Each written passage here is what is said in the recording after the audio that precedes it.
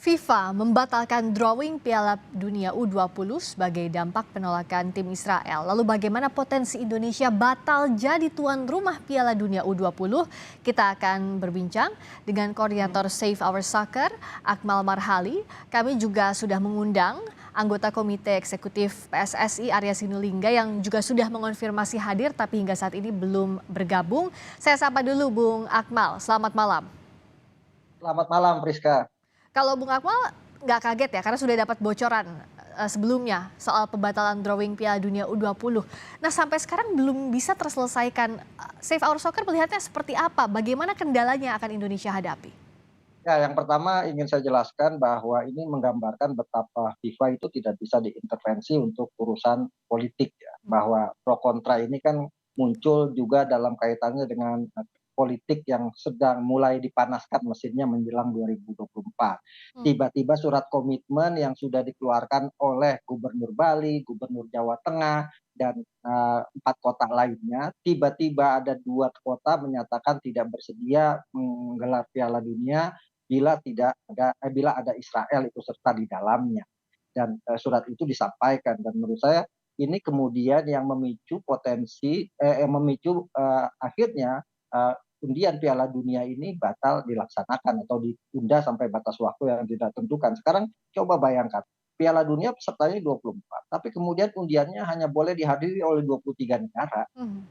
Masa kemudian misalnya Israel ikut via Zoom gitu, atau kemudian nanti Piala Dunianya yang lain main di lapangan, Israel via Zoom, kan nggak bisa juga. Ya. Inilah logika yang harusnya dipahami oleh para politisi kita, bahwa harusnya kalau bicara masalah politik, jalurnya bukan Piala Dunia U20 ini, jalurnya kemarin yang pas itu pada 20 Maret sampai 24 Maret 2022 di Nusa Dua Bali ketika ada Interparliamentary Union. Hmm. Di sana kan Israel diundang gitu kan dan ikut serta dalam kegiatan Interparliamentary Union. Nah, di kesempatan itu harusnya bicara soal politik, soal kemerdekaan Palestina dan soal lainnya yang kaitannya dengan politik. Nah, sekarang adalah bicara soal sepak bola. Ketika Indonesia mencalonkan diri sebagai tuan rumah Piala Dunia U20 kan tidak ada kemudian catatan di bawahnya kami bersedia menjadi tuan rumah asalkan Israel tidak ikut serta. Atau Indonesia bisa memilih, kita mau Piala Dunia pesertanya adalah Argentina, Spanyol, Itali,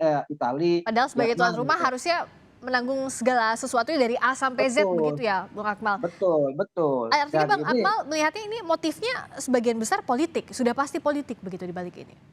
saya sih melihat ini motif politik. Kenapa motif politik? Karena beberapa kali kegiatan sebelumnya ada toh atlet Israel datang ke Indonesia, itu kan.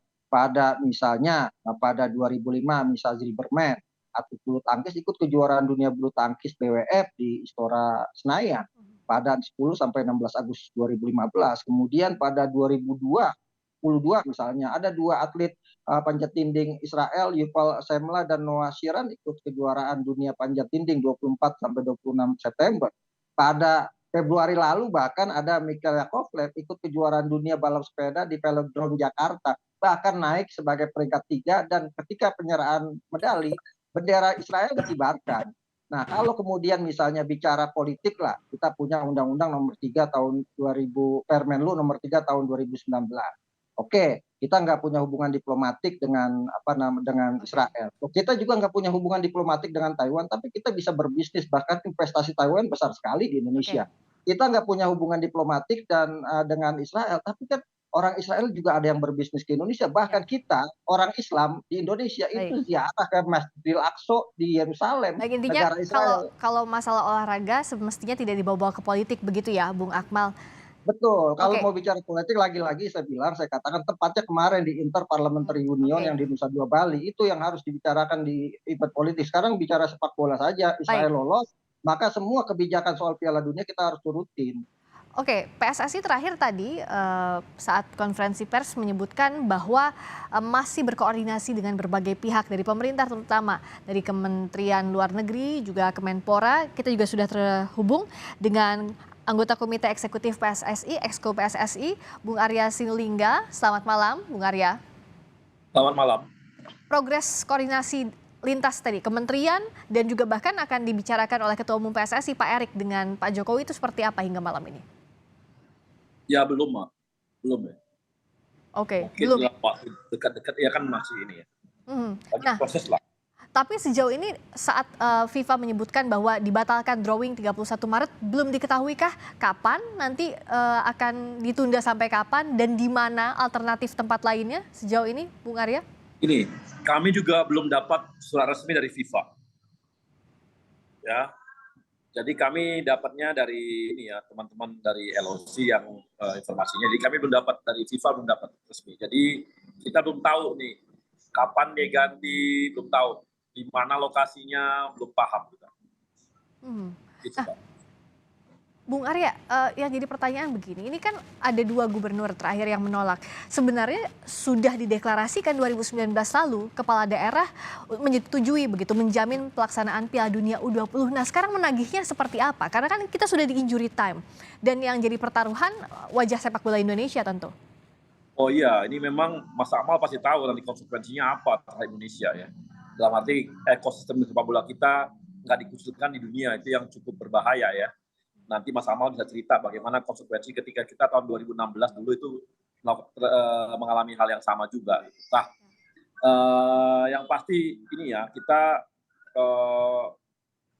dengan saya tidak bicara mengenai Gubernur Jawa Tengah saat ini ya, karena belum proses kita kan.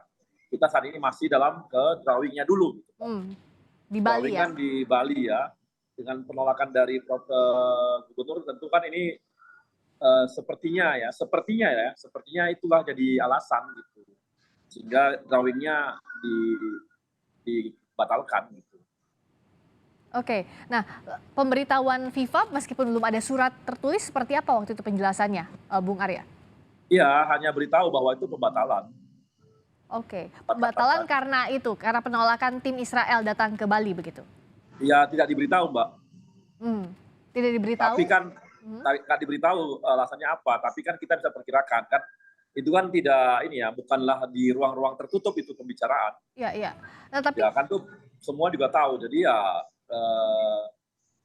pasti ada alasan bagi mereka dan kita perkirakan seperti itu.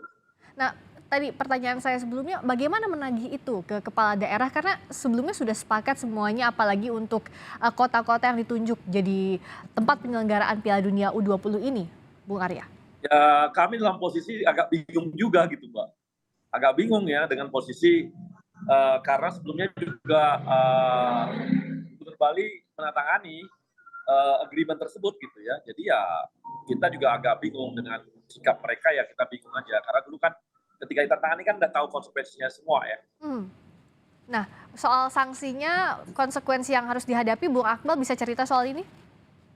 Ya, ada potensi sanksi ya. Sekarang begini, bagaimana nggak mungkin disanksi? Sudah dekat Piala Dunia, tiba-tiba penyelenggaranya salah satu daerah menolak untuk menggelar pertandingan yang ada Israelnya. Kalau ada Israel ikut serta. Kemudian dipanas-panasi oleh para politisi, pokoknya kita mau gelar Piala Dunia tanpa Israel dan sebagainya. Berita itu pasti sampai ke FIFA. FIFA kan punya intelijen juga, punya Interpol. Saya pernah berhubungan dengan FIFA kaitan dengan match fixing, bahwa mereka itu mengetahui sampai kemudian penyadapan pada 2014 saya terlibat di situ yang kemudian membongkar match fixing sepak bola Indonesia. FIFA juga berpikir bahwa loh gimana Piala Dunia kan pesertanya 24, masa 23 yang ikut drawing gitu. Kalau drawing kan semuanya harus ikut serta gitu kan. Nanti apa namanya Israel mau datang kemudian ditolak sama Gubernur Bali karena nggak bisa ikut serta. Nah ini kan mempermalukan FIFA juga.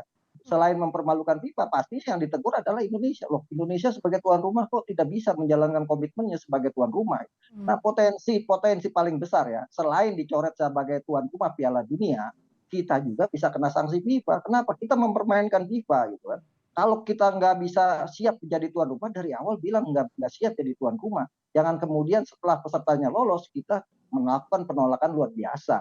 Dan ini menurut saya agak aneh ya bangsa kita ini. Sementara misalnya Zuhair Al-Sun, dubes Palestina, sangat bijak sekali menyikapi bahwa dia mengatakan hadirnya Israel ke Piala Dunia U20 tidak mengurangi komitmen Indonesia memperjuangkan kemerdekaan Palestina, karena Israel datang ke Indonesia kaitannya dengan olahraga, dengan sepak bola, dan mereka memaklumi. Loh, Palestina saja memaklumi, masa orang Indonesia yang punya negara tidak memaklumi. Akhirnya jangan sampai begini. Nanti ujung-ujungnya kita yang membabi buta seolah-olah membela Israel, kemerdekaan Israel, kita di-badge oleh FIFA, Iya, Palestinanya tetap bisa main di FIFA, menjadi anggota FIFA, Israel tetap menjadi anggota FIFA, yang rugi kita semua. Sekarang gini Priska, kalau kaitannya misalnya ini kemudian berlarut-larut tidak selesai, nanti pada Agustus 2023 itu ada namanya World Beach Games di Bali. Dan pesertanya salah satunya adalah Israel, peserta dari cabang renang yang lolos kualifikasi FINA 2022 di Hungaria. Nah, kalau kemudian sekarang Piala Dunianya Israel ditolak, bagaimana nanti dengan kejuaraan olahraga pantai dunia? Kan akan menjadi hal yang sama juga, gitu kan. Nanti kita misalnya negara kita lagi mau mencalonkan tuan rumah Olimpiade. Nanti IOC bilang ngapain kita ambil Indonesia, nanti ribet lagi. Olimpiade kan ada Israel juga. Nah, ini kemudian harus dipahami oleh para pemimpin bangsa kita, oleh para politisi kita. Jangan sampai kemudian ini dijadikan alat politik. Saya ingin mengingatkan sebagai penyinta bola.